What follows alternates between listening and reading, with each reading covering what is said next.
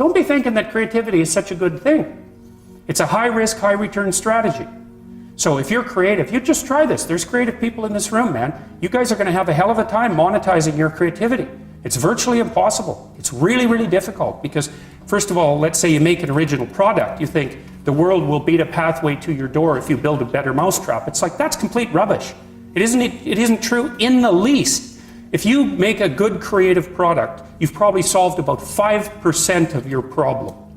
Because then you have marketing, which is insanely difficult, and then you have sales, and then you have customer support, and then you have to build an organization, and you have to, if it's really novel, you have to tell people what the hell the thing is. You know, we built this future authoring program, right? And it's available for people online. So how do you market that?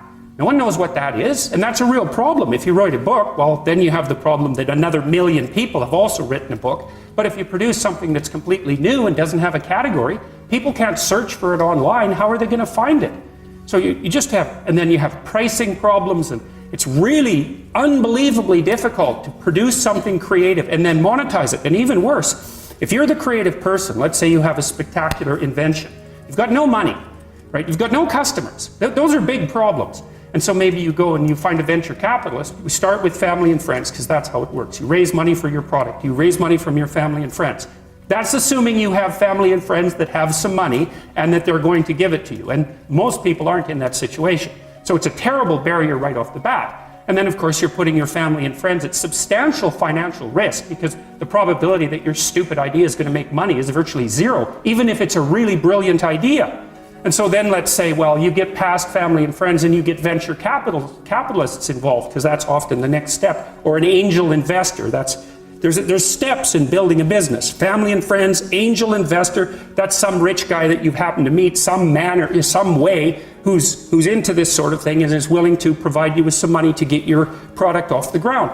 Well, how much of your product is that person going to take? Well, most of it.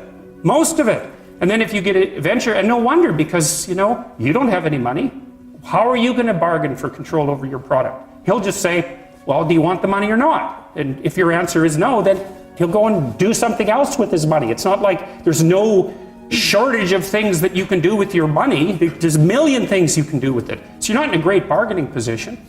And then if you get venture capitalists involved, they'll take another big chunk, and maybe if they're not very straight with you, they'll just throw you out. Because maybe by that point in the company's development, you're nothing but a pain in the neck. Because what do you know about marketing and sales and customer service and building an organization and running a business? Like, you don't have a clue, so why do they need you?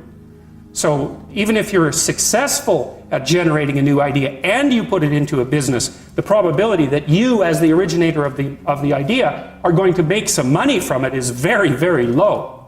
So don't be thinking that creativity is something you would want to curse yourself with. Now, it's not all bad, because it opens up avenues of experience for creative people that aren't available to people who aren't creative. But it definitely is a high risk, high return strategy. So the overwhelming probability is that you will fail. But a small proportion of creative people succeed spectacularly. And so it's like a lottery in some sense. You're probably going to lose. But if you don't lose, you could win big. And that keeps a lot of creative people going. But also they don't really have much choice in it, because if you're a creative person, you're like a fruit tree that's bearing fruit. So you don't really have, you can suppress it, but it's very bad for you. The creative people I've worked with is if they're not creative, they're miserable, so they have to do it.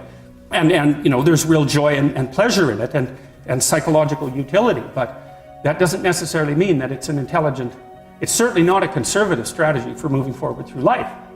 And whenever I talk to people who are creative, and you guys should listen to this because I know what I'm talking about.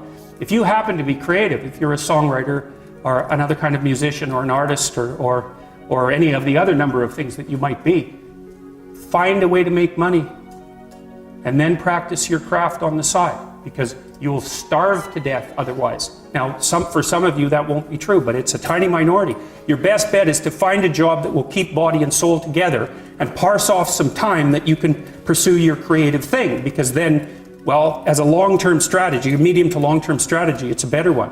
But it's got incredibly difficult for people, musicians for example, it's incredibly difficult for new musicians to monetize their craft, even if they're really, really good at it.